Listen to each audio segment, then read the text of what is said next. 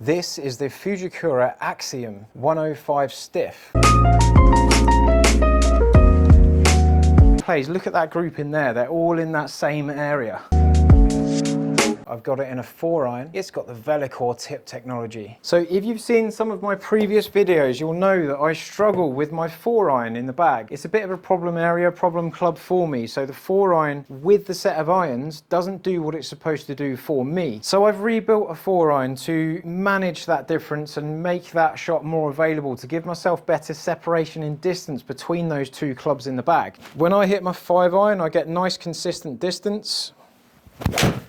The ball flies like it should, it goes the yardage that it should, apart from when I overdraw it like that. 204 carry, and I've got 205 carry written on the back of the club here, so it doesn't vary too much from this. But it does certainly help when I actually put a target in my mind when I'm hitting the ball, which I didn't on that shot. But when I go up to my 4-iron that matches this club,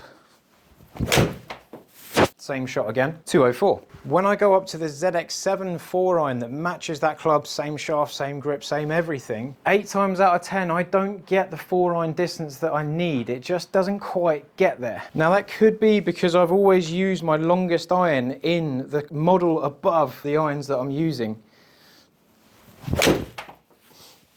And then I actually go and hit it properly, wouldn't you know. So historically what I've done is I've had like Titleist blades all the way up to the 5-iron or the 4-iron, and then in the 3-iron or 4-iron, the longest club that I get the model above that's slightly thicker, slightly bigger, because I like that. So I've probably got used to that over the years. But that was a much better carry, same direction and shape as the previous shot. Without a target in my mind, I don't mind that. But I don't get that difference in distance often enough to be functional on the golf course. So what I've done is I've swapped out this 4-iron, taking that away because it doesn't do what I need it to do often enough, and I'm going ZX4 in the 4-iron, so it's a slightly bigger head, it's got that hollow head construction, thinner face, more speed off it, stronger loft so it goes a little bit further, and I've put a Velocore AXIOM shaft in there just to give me a little bit more stability. The Velocore technology is fantastic because when you hit the ball off center, the head deflects and it twists. Because this doesn't twist as much, we get less deflection, we get less variance in the ball flight. Well, that's the theory anyway. So I'm going to call this one a 2-iron for all intents and purposes. So you can see that 5 and 4-iron do kind of go left quite easily. The first few times that I hit this AXIOM shaft, it did go a little bit thin. So because the shaft doesn't release down, it doesn't toe down as much, it stays a bit higher. The strike was that slight bit thinner than I'm used to. But it does not go left. It hasn't got as much bend and release into the ball, so it doesn't flick the club over as much as I'm used to. So it stays a lot more on the straight and narrow. These shafts are absolutely fantastic for that. What I would actually like to do is to put these shafts in the entire set of irons.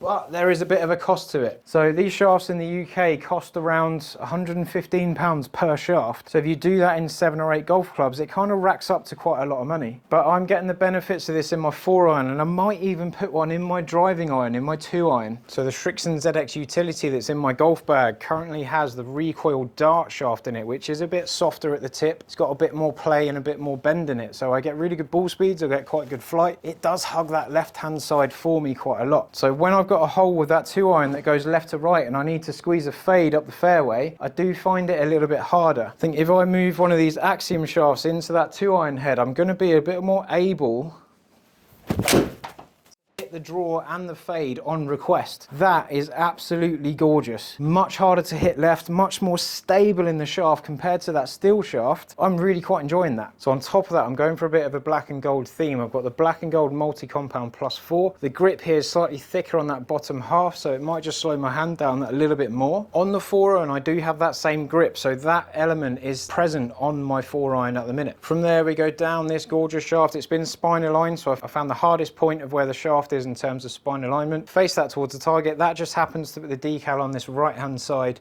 as you look at it. So normally you put the writing underneath, but I like to put the spine towards the target to give myself the most chance of hitting the best shot. Now on the irons that I'm using, I haven't actually done that because they're just a demo set. Black and gold ferrule, which looks pretty cool. I'll go for a little bit of gold writing, matched up to some gold writing just in the back there. And then we've got a gold number 4 and a gold 4 in the ZX4 area, and it's just a nice little weapon. And as you can see, in terms of consistency, like I'm hitting the same shot repeatedly with it.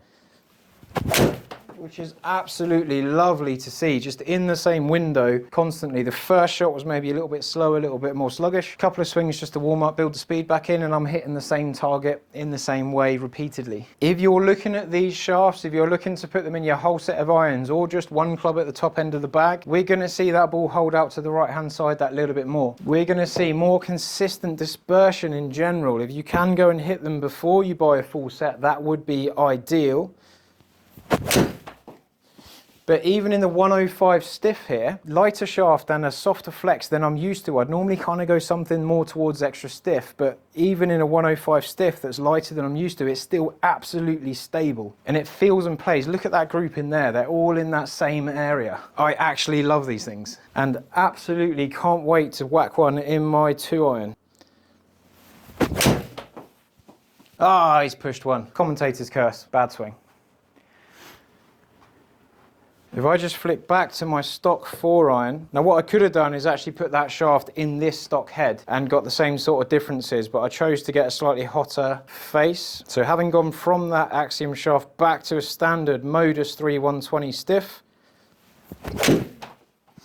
definitely more trigger happy, definitely the stip's not as stable, the stip doesn't have as much stability in terms of that twisting on off-center hits. It flips over through the ball that little bit easier because it's got a bit more give. If you struggle with the ball going to the left-hand side, an Axiom shaft could be the way forward. So this is called a 2-iron at the top, but even it is the 4-iron with the Axiom shaft. I've got quite similar carry, 216 against 213, but that 216 with more shots in it is varying 3 yards, and I hit the first one and the last one quite poorly. Even still, it's still quite a tight dispersion front to back. I've only hit 3 shots with my stock 4-iron, and I'm already 10 yards variance between them. Direction-wise, coming from this way, I've got the Axiom shaft to the right-hand side on a much smaller grouping, and there was more shots in it. When you hit more shots, it normally gets a bigger spread. Less shots, bigger spread, standard shaft. I need this shaft in my 4-iron. I really want to see it in my 2-iron. I've got 216 carry, so slightly more carry with the Axiom shaft, bit more speed, higher launch, higher spin, so it's landing with more control as well as landing in a tighter circle. Again, that variance is not ideal at all. And if I grab this Axiom shaft in the ZX4 and I want to hit a low bullet shot, because the stock shot is a bit higher than my normal 4-iron, if I wanted to flight the ball down, say I'm hitting it into wind, I've got the ball further back in my stance and I want to hit a little stinger type shot. Oh, that's gorgeous. Nice tight little draw, landed in my area of carry, just doing it in a lower flight. That's come off the face a lot faster, it's maintained a bit of spin. I've got a lot more control. I can work this a lot easier than I can my stock shaft. If you're looking at them, enjoy yourself.